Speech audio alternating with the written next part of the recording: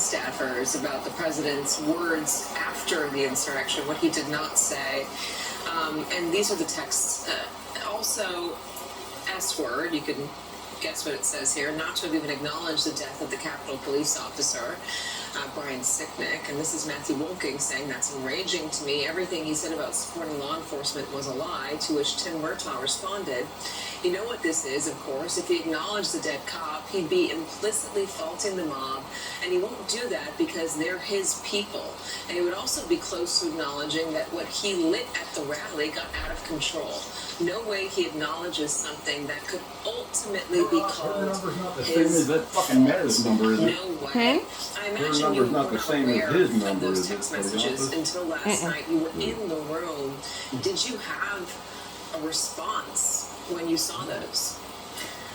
Yeah, I had never seen those messages before. I thought it was a very astute observation that, yeah, any acknowledgement of what happened or the death that Donald Trump led to occur would amount to some form of admission of guilt and culpability. And we all know that that's not something that he does.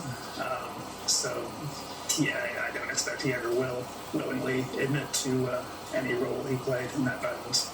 Trump has billed himself as a supporter of law enforcement. The Republican Party has billed themselves as the supporters of law enforcement.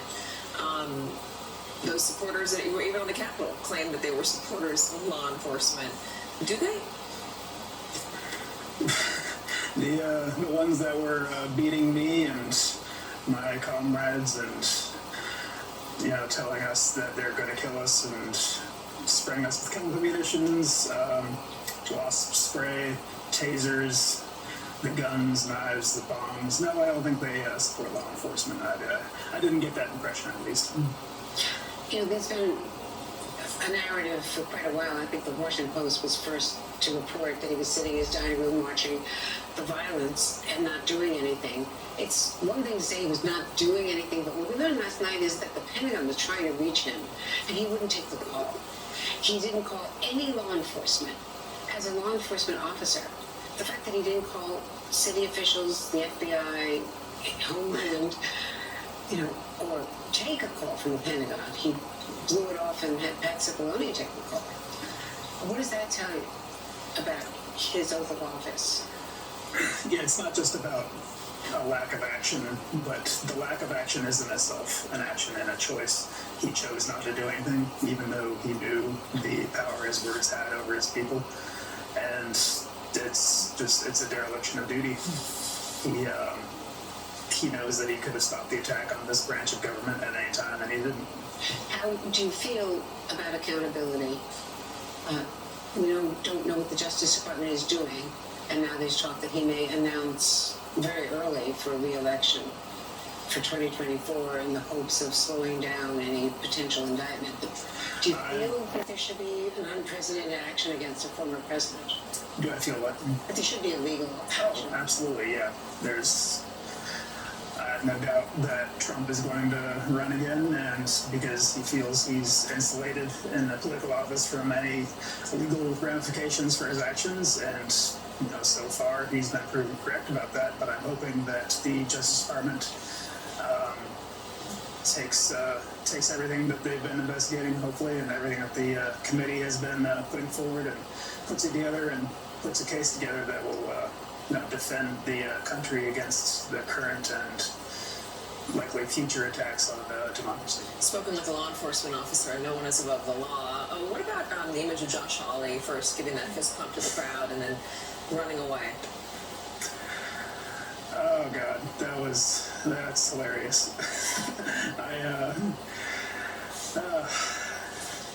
don't know what else to say about that, but it's nice to see who people really are, and rather than the manufactured image that they try to put out there, and getting the truth out of people in so many different ways is very refreshing. For saving the lives to each other of our civil servants last winter, and I'm just wondering whether did these hearings stir it up again, or does it help your healing? I've always been pretty resilient mentally, so I'm doing all right, and I'm just grateful that the committee's done all the work that it's done, including its staff. I know they've put together a lot of great witnesses, a lot of great testimony, and anything that they're able to put out there, I'm grateful for that the American people are able to see it and take it going forward in their in midterms and beyond. Well, we're grateful to you for your service, James. I just thank you very much. Katie? Thank you from me as well. I want to turn now to former President Trump's last message to an aide on January 6th after his Vice President Mike Pence had spent the day hiding from rioters while his security detail feared for their own lives. On the screen is the last photograph of the president that night as he went into the residence. As he was gathering his things in the dining room to leave, President Trump reflected on the day's events with a White House employee. This was the same employee who had met President Trump in the Oval Office after he returned from the ellipse. President Trump said nothing to the employee about the attack. He said only, quote, "Mike Pence let me down." Now flash forward to today. Donald Trump and Mike Pence will hold dueling events for competing gubernatorial candidates this evening in Arizona. So let us bring in NBC's Vaughn Hilliard, who covers all things Arizona for us in Prescott. Vaughn, talk to me about what we are going to see today and whether these hearings will hang over them. Republican voters in the Republican Party, Katie, are being presented no clearer path yet. This is a choice here in Arizona. You have essentially a head-to-head matchup for governor. Karen Taylor Robeson, backed and on the campaign trail today with former Vice President Mike Pence, as well as current Governor Doug Ducey, who of course caught the ire of Donald Trump when he certified Arizona's election results in Joe Biden's win in 2020. And then you got Donald Trump on the campaign trail with Carrie Lake, the former local news anchor who is an election denier, conspiracy theorist, and Trump acolyte here. This is a Republican Party here that has been, we hear often behind the scenes from Republicans or staffers who say that they want somebody to stand up for Donald Trump. And this is the moment. This is it here in Arizona today. Mike Pence has been hesitant to get out on the campaign trail and go toe-to-toe with Donald Trump. You go back to Georgia in May, it wasn't until the night before the primary there in which he showed up on the campaign trail for Brian Kemp there, when it was already clear that the incumbent governor was very much the likely winner there. And that is why I've been pressing and asking the Pence team, when are you going to get out there for like a Liz Cheney, right, or a Karen Taylor Robeson? Well, they're doing it now. The primary is just about a week and a half away from now here. And this is significant because for Donald Trump, Katie, you and I, it was 7 years ago this month when he held his first ever so-called Trump rally. You and I were both here in Arizona. That was 7 years ago this month. And he so often harkens back to that day as an example, in his words, that Arizona has always had his back.